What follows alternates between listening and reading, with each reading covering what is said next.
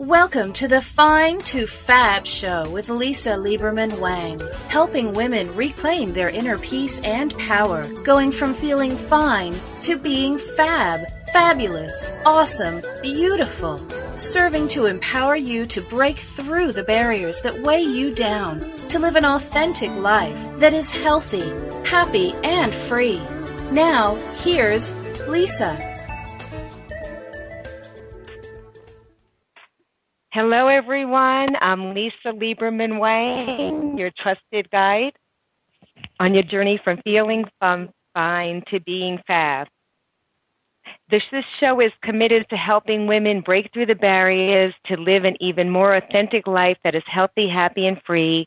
So I hope you join the movement, become part of our active community, and you can do that by texting the keyword FINE to FAB to 90210 and hit send. Follow us on Facebook, LinkedIn, Twitter at Lisa Lieberman-Wang, and check out our site at finetofab.com. I'm really excited about our guest, but before I tell you a little bit about her, I just want to let you know that for everything we're doing here, it's all about empowering women to reclaim their inner peace and power. And looking at me now and hearing me now, you'd never know I had a long history of eating disorders, depression, therapy, medical challenges, and countless hospitalizations. And after spending enormous amount of money and looking for the age-old question, to what's wrong with me, I finally figured it out. There was nothing wrong with me. I was just living a life based on other people's beliefs and not my own. And it's been 20 years free of obsessions and self-sabotage. And my mission has been to help other women not have to go through the time, frustration, and aggravation to figure it out, but to find the best leaders out there with the message that can serve the most. And I am so excited to have with me today on the call Tara Sophia Mohr, and she's absolutely phenomenal. She's the founder of the global Playing Big Leadership Program for Women, an expert on women's leadership and well-being. She empowers women to play bigger in their life and in work. She has an MBA from Stanford University, her undergraduate degrees in English literature from Yale. She takes a unique approach that blends inner work and practical skill training, weaves together both intellectual rigor and intuitive wisdom, in addition to sharing her groundbreaking insight and guidance. You can check out her site at taramohr.com. We'll give you the link and where to find it as well on the blog. She's regularly featured on national media ranging from Today's Show, Harvard Business Review, to BeliefNet.com. And in today's show, you're going to learn about 3 key aspects of Tara's flagship Playing Big program that will help you play bigger in life and in work, how to quiet your self-doubt, which is something that took me years to figure out, understanding your fear, and identifying your calling. And Tara, are you with me here? I am. I'm so happy to be here. Thank you for having me, Lisa. Oh, this is my pleasure. And I've been following you for I wanted to say quite some time through emails and then on the site and stuff. And I'm excited that you're going to have this opportunity to serve people at another level through some of our listeners that have not gotten to meet you before. So this is going to be exciting. And I know that you do not you do not have the story of where I came from. I know you actually have a more of a fairy tale story in some respects, and that you've been practicing what you're preaching since you were a kid. So why don't you give a little information to our listeners about where you're coming from and what you're going to be offering today? Yeah, well, it's so interesting that you say that, because as you were just sharing a little bit about your story, I thought, I can relate to that so much. So, we all have multiple layers to our stories, but it is true that I was very fortunate. One of the things that I'm most grateful for about my life is that my mother was very interested in psychology and personal growth, and she was very much a spiritual seeker. And so I grew up in a house where, literally there was a wall of books in her bedroom and in the living room that had all kinds of spiritual traditions, Eastern, Western, and I really grew up reading those books and seeing her read them. And she really believed that you could teach kids a lot about psychology and help them develop their own inner awareness. So she would have me tell her my dreams every morning at the breakfast table, probably from the time I was, I don't know, maybe 6 years old. And I would sit there with my oatmeal and my orange juice, and she would be diagramming the meaning of the dream, and we'd be talking about the symbolism and the wisdom of the unconscious. So that's how I grew up. And that was really amazing because it meant that as I was coming into my adolescence and hitting all those really difficult things like being a girl in junior high and high school and body image issues and dealing with the way that, still every teenage girl, I think, gets sexually harassed as she's walking down the street way more than any of us would want. And, all that stuff that comes, that I had some beginnings of a tool set to process my own emotions and find a spiritual connection in the midst of all of that. So that was certainly a wonderful aspect of my upbringing. But very much like you, in spite of all of that, I certainly diverted from my authentic path and my authentic life through, particularly through my 20s, and coming back to who I really am, learned very much what you did, that the recipe for life satisfaction and happiness is being who we really are in our individual uniqueness and expressing what we want to express in the world. Right. And a lot of times we question that because I believe we're living in a world where we want to please a lot of people and we become what we think we need to be versus who we are. And getting to that point is sometimes difficult for us. And I say us meaning me and others. Yeah. So, and, I think one of the big issues is something that I often call leaving the herd, leaving the pack, because it's both that we want to please people, but also as women, we are so relationship oriented, whether you think it's by nature or, by nurture, whether it's biology or how we were raised, whatever your philosophy is on that. We tend to be very attuned to other people, to harmony, to connection. And that can be one of our greatest strengths, but it also has a shadow side when we start to prioritize fitting in, belonging, not rocking the boat, over following the individual path that we each feel called to follow. Yeah. And I think that happens, for me especially, I personally, there's some of the things that I know we're going to be talking about today, but personally, some of the things that I saw is I wanted to be an achiever based on the values and beliefs that I was brought up with. That was what I thought was the benchmark. And although I achieved every one of them and I've been successful, one of the things that attracted me to what you were doing was playing big. And as successful as I was, people had no idea that internally there was still a struggle going on. And I had this for years and years. And that's really some of the things that got me. Yes, that's right. I mean, I use that term playing big. And the reason I use it is because I found I started out in my business before I ever had a program called Playing Big, and before I was doing all the kind of media stuff that I was doing now. I started just by coaching women one-on-one, and I was finding the same issue coming up over and over again, which was that as a coach, I would sit across from these women and see how capable and brilliant they were, and yet they could not see that same capability in themselves, and they couldn't see the possibility there and their own readiness to step into more of what they wanted to do in terms of having impact on the world or creating the life they really wanted to create. And then I started blogging about some of those issues, and a couple years into blogging, I sent a survey out to my blog readers, and I asked all the women who were reading my blog, what is the biggest challenge in your life?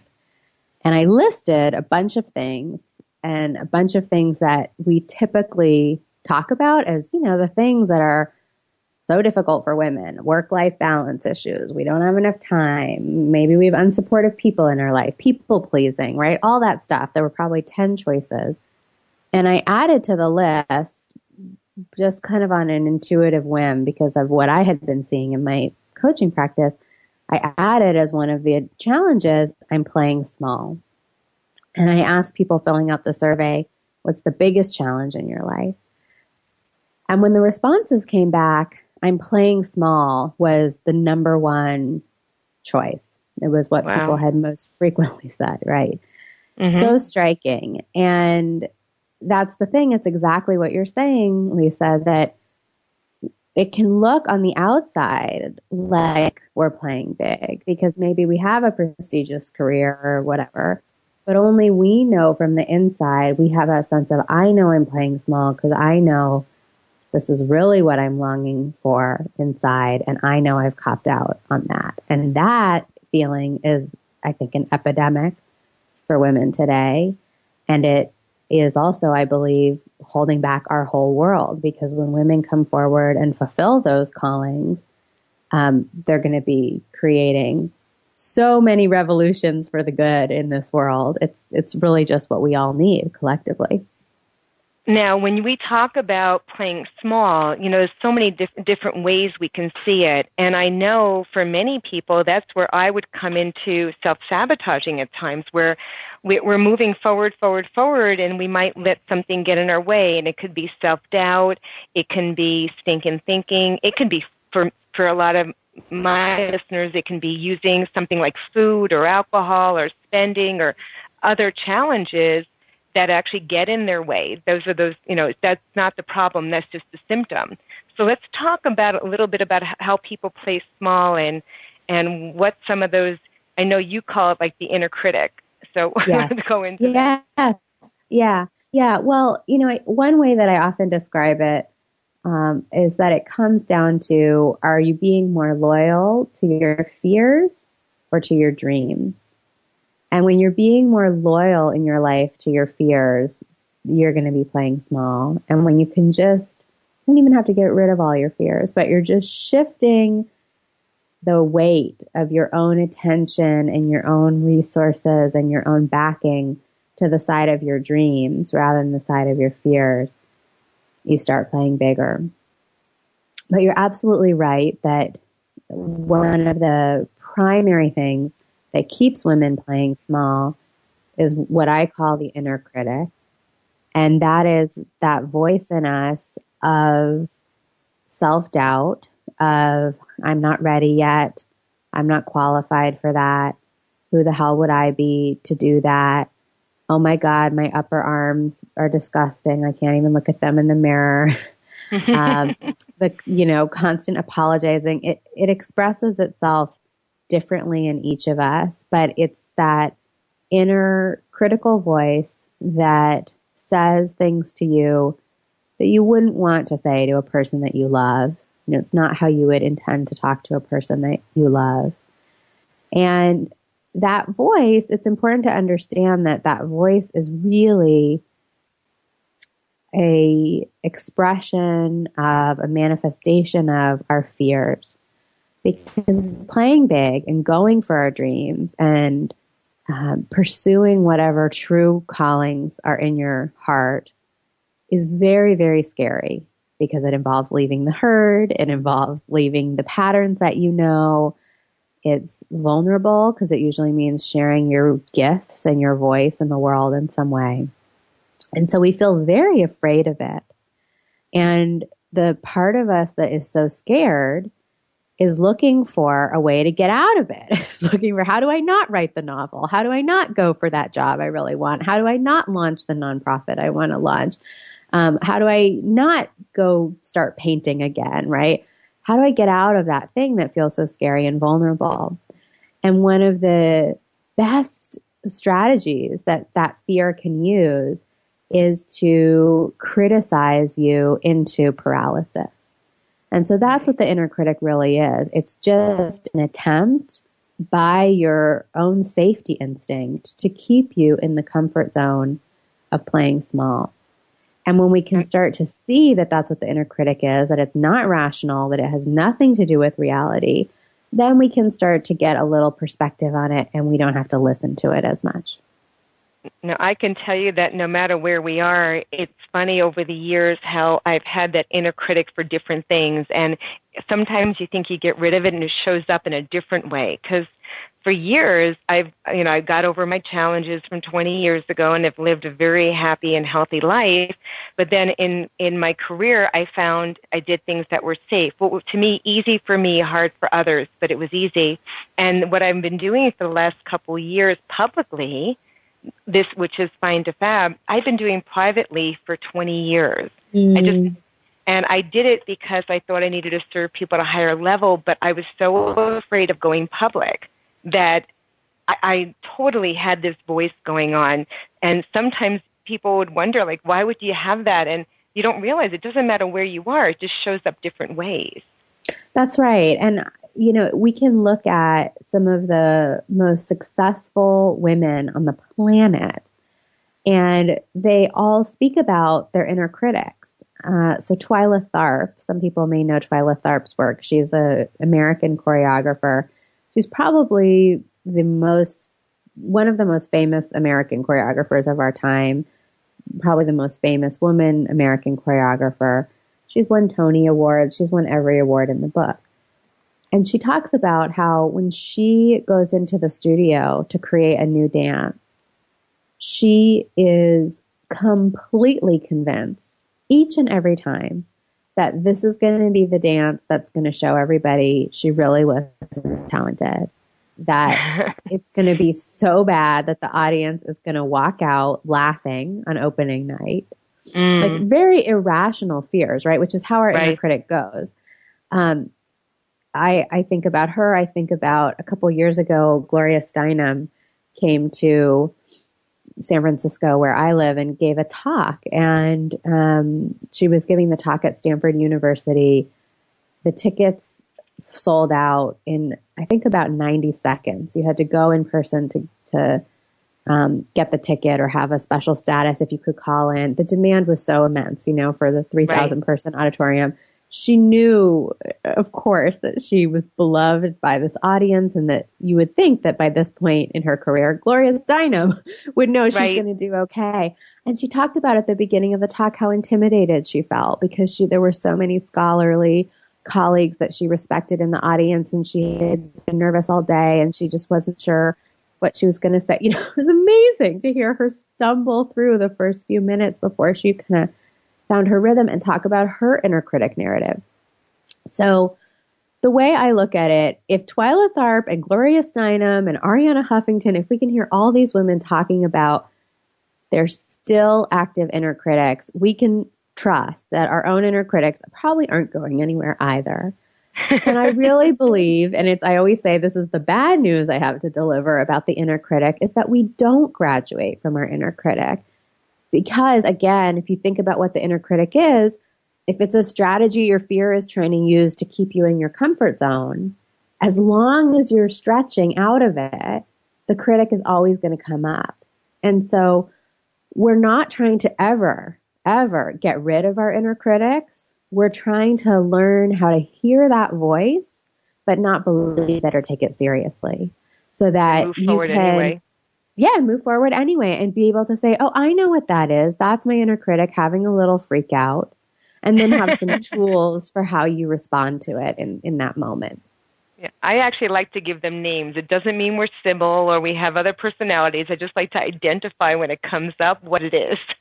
That's a great idea. And I do that with women in my program as well, because what that does is once you create a name and a character and oh, that's Mrs. Perfectionist over there, or that's Mrs. Prissy over there, or that's, Cruella DeVille over there, whatever you want to call them. It brings some humor, right? You're laughing. So that's good because we want to lighten up and see the absurdity of the inner critic voice, because it is absurd. And we also want to be able to remember, and this is one of the biggest tools I want to recommend to everybody listening for dealing with your inner critic, is remembering that's not the core of you. That's not all of you. It's one voice within you, and it's actually a very small part of you. And so when we create that character, it helps us remember, oh, that's not all of me. That's this little strain, this voice within. There's also the voice of my wisdom, of my of my dreams, and I don't want to just be conflating that inner critic voice with the core of who I am. Absolutely. And what are those? What you say would be the exercises, Tara? Like, are you? What are some things that people can do besides we said we can identify it, to give it a name, right? Like they acknowledge it's a piece of us, not all of us. And to me, sometimes I actually go back to as far as I'm hearing something, and a lot of times it's not even me who's saying it. It's something I heard when I was a kid, because they say 55% of our beliefs are by the time we're 5 years old, not by us, but by our guardians and people else who've shared that. Right.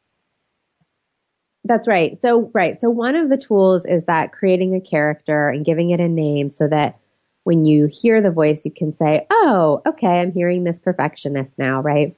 Another one is to what I call it the thanks but no thanks. And this is because one of the big misconceptions people often have about their inner critic is that we need to get in a battle or an argument with it and be like, screw you, that's not true, I'm fabulous, right? And yes.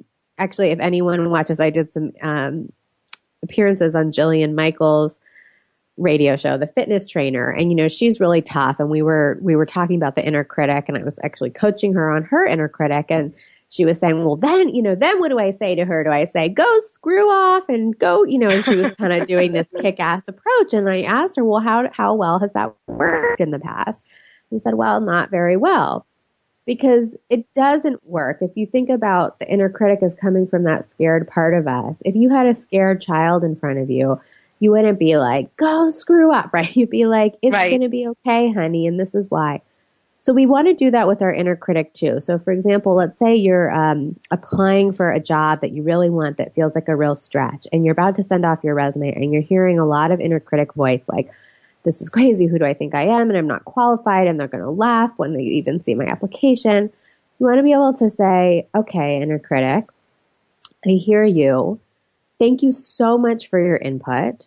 And sincerely, thank you for your input. I get that you're just trying to keep me safe in the comfort zone here. And I've got this one covered. It's okay. You can relax. So I've got this one covered, I think, is one of the most effective things we can say to our inner critic. And that's sincere thanks, but no thanks.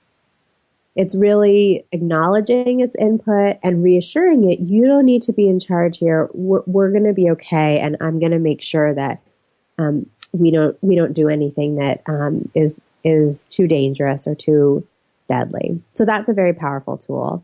There are also some fun little exercises that are more physical. This can be great if you're more of like a kinesthetic learner, or you like to do somatic things. So one of them is to actually, and it sounds a little bit silly, you mentioned Sybil, so this is sort of in the Sybil category, but it really is effective.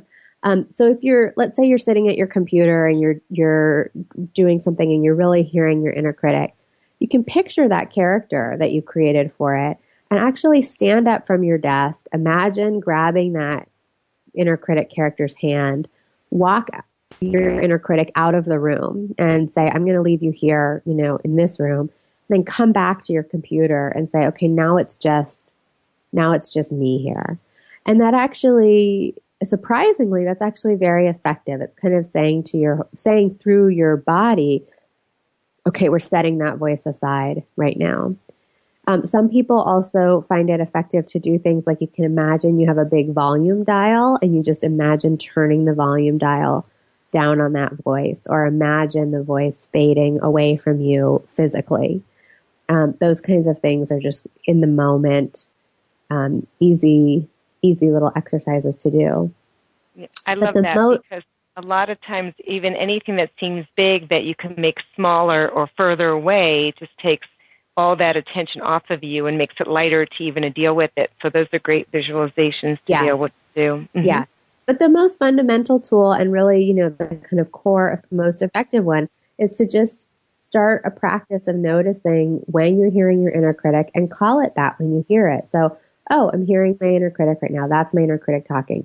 That's the game changer, is when we start being able to say that, because the problems happen, of course, when we think that that voice is the wise voice, when we think that that voice is telling us something important that we've got to listen to.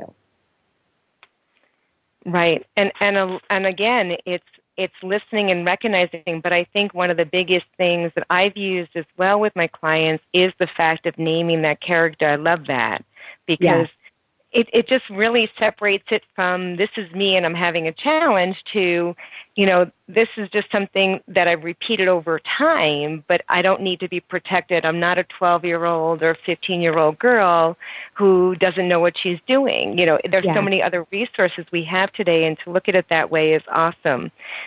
So I love those tools because they're definitely something anybody can apply immediately to get results, which makes it wonderful to me. Yes, exactly. So let's talk about the fact of, fears, because I know that you're an expert at understanding fear, and I love the difference between your fear and awe and how you talk about that in a spiritual teaching. So I know that not only hearing that inner critic, it's acknowledging the fear and doubt, but moving forward anyway. So can we talk about that a little more? Yeah, I'd love to. Yeah. Well, a few years ago, I was reading a book by a rabbi named Alan Lew, L-E-W, who sadly passed away not too long ago. And he was a remarkable rabbi who really blended a lot of contemporary spirituality and meditation with interpreting the Old Testament and traditional Jewish texts. And in his book, he talked about how in the ancient Hebrew and in the Hebrew Bible, there are actually two different words that are used for fear. One of the words is pachad, and it's, for people who are curious, the transliteration is spelled P-A-C-H-A-D.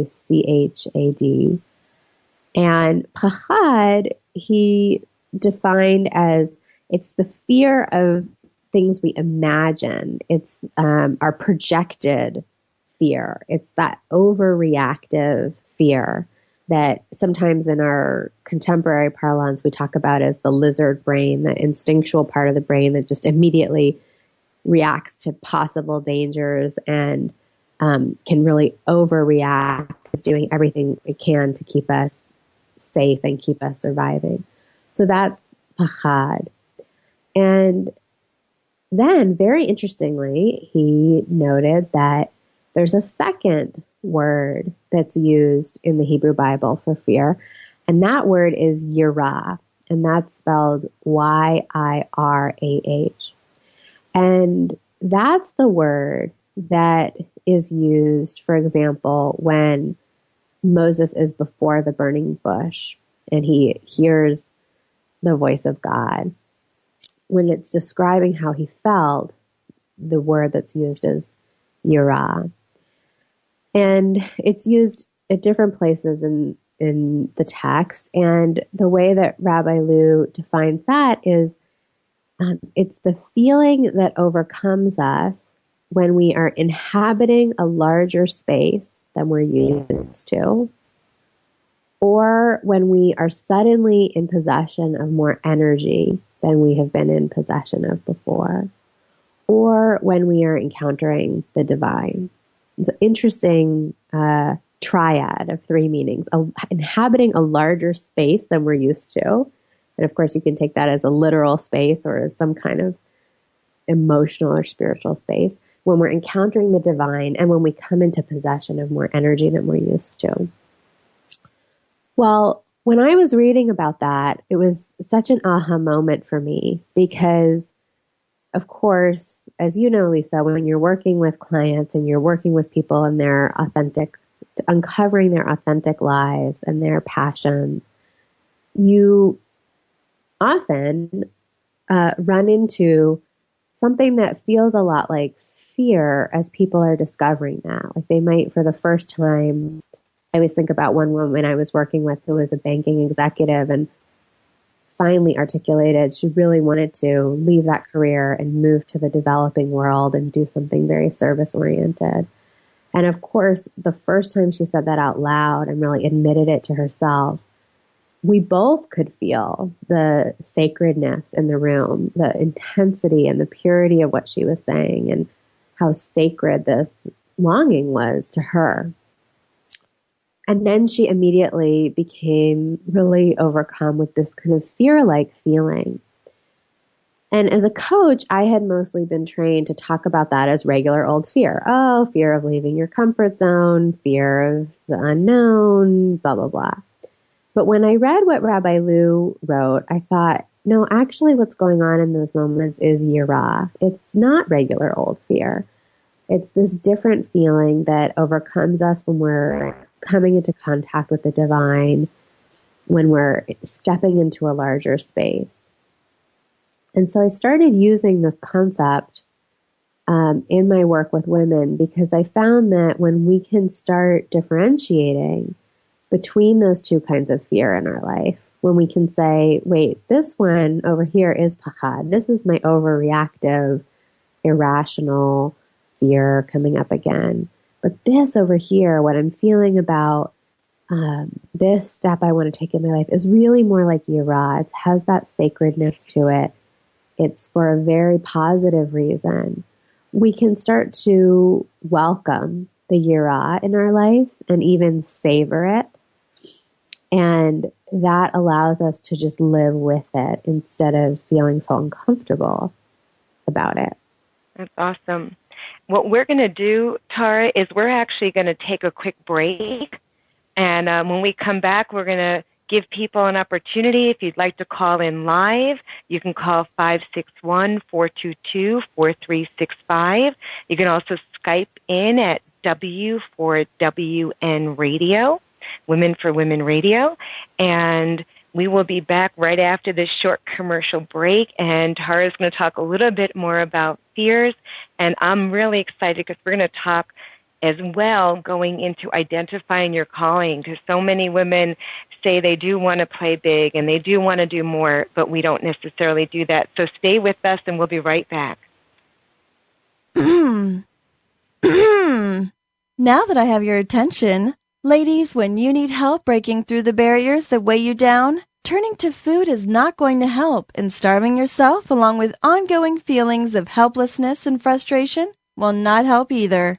The cycle of self-sabotage, disordered eating, and stinking thinking has to stop, and there is no better way than with other smart, business-savvy women like you who are making the change with best-selling author, licensed master NLP practitioner, and trusted guide, Lisa Lieberman-Wang of FINE2FAB.com. Lisa will help you get that breakthrough you've been waiting for. Go to FINE2FABShow.com right now for all the details of the life-changing 10-week transformational program and the special listeners promotion. It's time to turn your life from feeling fine to being fab. Fabulous, awesome, beautiful. Go to FINE2FABShow.com now. Feeling tired and achy? Frustrated with allergies? Stress causing you high blood pressure? If you're ready to feel better, have more energy, maintain healthy cholesterol levels, joint flexibility and circulation, looking to reduce inflammation, support healthy glucose levels and sinus relief, plus so much more, Isotonix OPC3 is a food supplement made from a combination of bilberry, grapeseed, red wine, and pine bark extracts, and citrus extract bioflavonoids, all found to be powerful antioxidants. Oligomeric proanthocyanins, OPCs, are bioflavonoids found in fruit, vegetables, and certain tree barks that provide exceptional nutritional benefits to the human body. Studies have shown OPCs to be up to 20 times more powerful than vitamin C and 50 times more powerful than vitamin E in neutralizing free radicals. Isotonix is delivered in an isotonic solution, which means that the body has less work to do in obtaining maximum absorption, as you can drink your vitamins. No pills, binders, or fillers. Buy now at www.amillionproducts.com. Isotonix OPC3.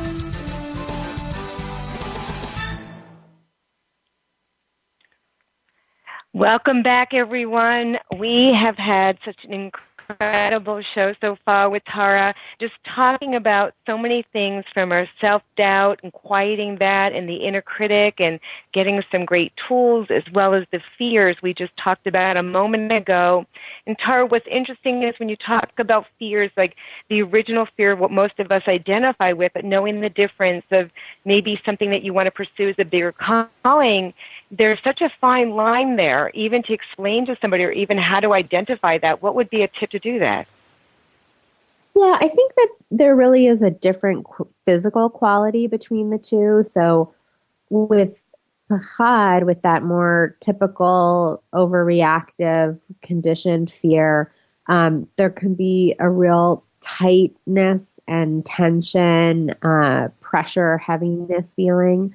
Yara has more of the feeling of going down on the roller coaster. It's that thrill feeling. There's a kind of trembling to it and more of a quality of awe mixed in with it. So we have an excitement, not a run in fear and they're going to come eat us. Yeah, exactly. It's like, the kind of, if anyone who loves performing, if you grew up doing any kind of music or theater or dance performing and you think about the kind of nervousness that you felt on opening night before you went on stage, when you were really nervous and scared, but you also knew you loved to do this and you're excited to do the performance, that's kind of that Yara feeling. It just has a lighter quality of thrill to it rather than pressure. And of course, because we all have that instinct to kind of numb out in the comfort zone, we can actually want to retreat from the edginess of that thrill as much as we would want to retreat from the discomfort of pleasure. They can both feel uncomfortable. Absolutely, and I've experienced them both. I always look at fear as a different thing. I changed the acronym years ago to face everything and rise above it. So fear to me is just move forward and acknowledge it's there, but we're going to go forward anyway. That's right. That's exactly right. Yeah. It's so many things that it comes to, how our feelings are, the interpretation that we put to it. I always call it the story we use and, the meaning we give it. And that can either help you to go forward or back or stay still. And sometimes staying still and not changing is, to me, going backwards because there's nothing in this world that doesn't change. So learning to embrace it is such a big part of growing, knowing there'll be changes. And just because it looks like this doesn't mean it is this. It could be something else. But learning how to embrace that is such a key thing. Yes. And a lot of that comes down to really trusting life and trusting the unfoldment of the process of life. Now, I'd love to talk about life in the point of, one of the things I had for years is I wanted to serve at a higher level. And I've been serving for 20 years because that's actually almost 30, but probably my whole life will go there. But in the conscious means of thinking and knowing that I needed to do things to give back, and because I was really grateful for the help I was given to stop hurting myself, I felt like I was supposed to give more. But I always did it at such a level where people didn't know. I did it more like a little angel type of theory. I did it for those that needed it, didn't need anybody else to know. And I still have that mission. One of my missions, I know you wrote an article, 7 Ways to Discover the Calling Oprah Told You to Find. What I thought that was funny about it is, one of my missions is to touch more lives than Oprah, but I don't need to be the one that does that. I can do that through helping one person who helps one person or 10 people or 100 people. And that's really my bigger purpose. But the calling came, and I resisted so strong for I want to say for 10 years, but for 2 conscious years where I literally had a debate with one of Tony Robbins' master trainers, who's been with him. I know him 20 years because it was Tony Robbins that helped me 20 years ago. And it turned out that Lauren Slocum had said to me, this is what I'm supposed to be doing. And I totally fought her tooth and nail, cried, said, no, this is not it. I'm supposed to be helping people make money. She says, no, you're supposed to be helping women. And it was very funny. I woke up one morning, Tara, and I swear to God, this is how it happened. I just woke up one morning and I was just about in tears because I looked at how you even described the process, and I want you to go into that. But I woke up in tears and I said to my husband, I said, handsome, I'm supposed to save lives. And that was it. I was like, I'm supposed to save lives, and I didn't know how I was going to do it, but that's what I felt was supposed to be what I was going to be doing, and that's where all this came from. And I went through a lot of the steps you shared about this can't be, and how do I know, and what do I do? I don't know how to do this. Yes, yes. So I want you to talk about that. Yeah, I really love that you say, you know, I resisted for 10 years, well, 2 years, because I think 10 years is actually probably more realistic for most of us in terms of how long we resist our callings, you know, 10 years or more, many decades sometimes. Yeah, so first let me share my definition of what a calling is, because there's a lot of different ways that people use that word. My definition of a calling is that it's an assignment that an individual person gets to bring light and love into the world in a particular way. So I believe we all share a common purpose, so we don't have to actually wait around to wondering what our purpose is and trying to find our purpose. We all share a common purpose of being here to bring light and love into the world. I think the world is a very broken place, very not yet finished in terms of its evolution place. And we're all here to help heal that brokenness and bring our collective forward. But then on top of that common layer that we all share of bringing light and love into the world, we each get specific assignments about the way that we're meant to bring light and love into the world. And that specific assignment has something to do with our circumstances, our personality, the opportunities that are in front of us. Were used in the way that makes sense for each of us to be used. And so the calling is just that assignment we get. And of course, we get it from the inside out. Nobody else can give it to us. And so we each have to do the work of listening for and respecting our callings. And I always use that word in the plural, our callings, because I don't believe we just get one assignment for a lifetime. I think our callings are very fluid. They come and go. They begin and end, depending on where we are in our lives.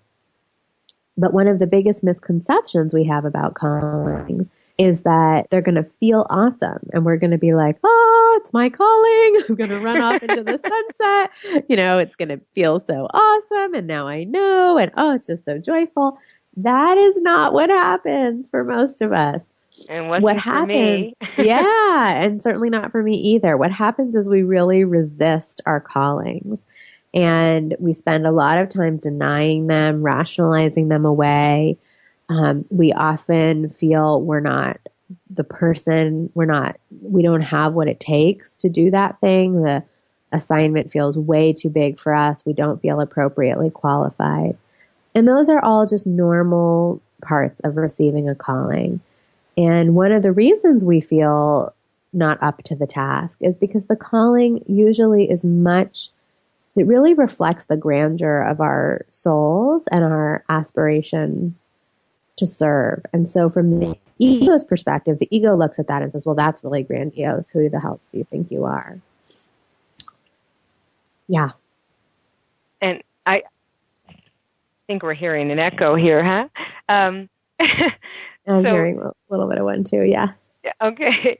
So, when you say that you're listening for and expecting it, that's a big thing too, where the resistance of this calling and not knowing it and not thinking it. But I love the fact that you said that it's light and love, it's all of us, but your circumstances lead you to it.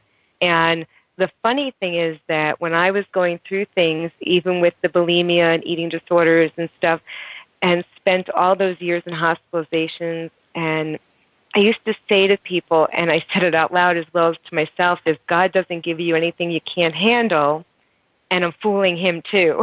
That was how I ended everything. And I'm fooling him too. And I totally trusted, and I always believe that everything happens for a reason, and I know I'm going through this, and I'll figure out what it is. I didn't know it would take 30 years to figure it out, but it did. And that was just one of the things, like you said, I said 10 years, and now I'm listening to what you're sharing, and I'm saying it was probably more like 30, and and I was probably more resistant than I'm thinking I was, but it really becomes all those other self-doubts that brings us back to what you said at the very beginning, from the inner critic and the fear, and can I do this, and how do I do this, and all those other things that come about with it. Now, we unfortunately are so running out of time to even go further into this. So I would love to be able to give that, but I want to make sure that people have a way to contact you and reach out to learn more, because I know you're such a wealth of information and can serve so many incredible women out there. Can you give them information on how to find you and make sure we have that connection, and we'll make sure it's also on the blog? Sure. The best way to find me is you can go to taramohr.com, which is TARAMOHR.com, or you can just Google, if it's easier. An easy way to find me is Google 10 Rules for Brilliant Women, 10 Rules for Brilliant Women, which is one of my kind of signature articles. And I recommend coming on over to the website, because there's a great free 10 Rules for Brilliant Women workbook that you can just download and start applying some of the concepts for playing bigger in your life right away. And that's awesome. And what would be a tip that you can give everybody right now to play brilliant and to be their brilliance that we can actually have them take home and apply immediately? Yeah. Well, I would say the number one thing is to start listening for your inner critic voice. Any voice that's talking to you in a way that you wouldn't want to talk to someone that you really cherish and love and adore. And when you hear a voice in your head talking to you or about you in that way, to start saying, oh, that's my inner critic. That's an irrational liar. And today I'm going to make a choice to not take action based on what that voice is saying, but take action based on my heart's aspirations instead. That is wonderful. And I know that every one of us can apply that and see some unbelievable results. And I know for a fact it's going to make you feel lighter and brighter, just knowing that what you're hearing isn't true, and you can acknowledge that at that moment. So I want to just thank you, Tara. We actually have one more moment left, and I want to say that this has been so enlightening, and I want to be able to have you back again in the future, because I know that we can give a lot more great information to empower more women. So thank you. Oh, thank you so much for having me. It's really been a pleasure, and thank you, everybody who's been listening. Yes, so remember to come to FINE2FAB.com. You'll be able to check out the blog. We'll have links for you to be able to reach Tara. So if you didn't get the proper spelling of her name, it's www.TARMOHR.com.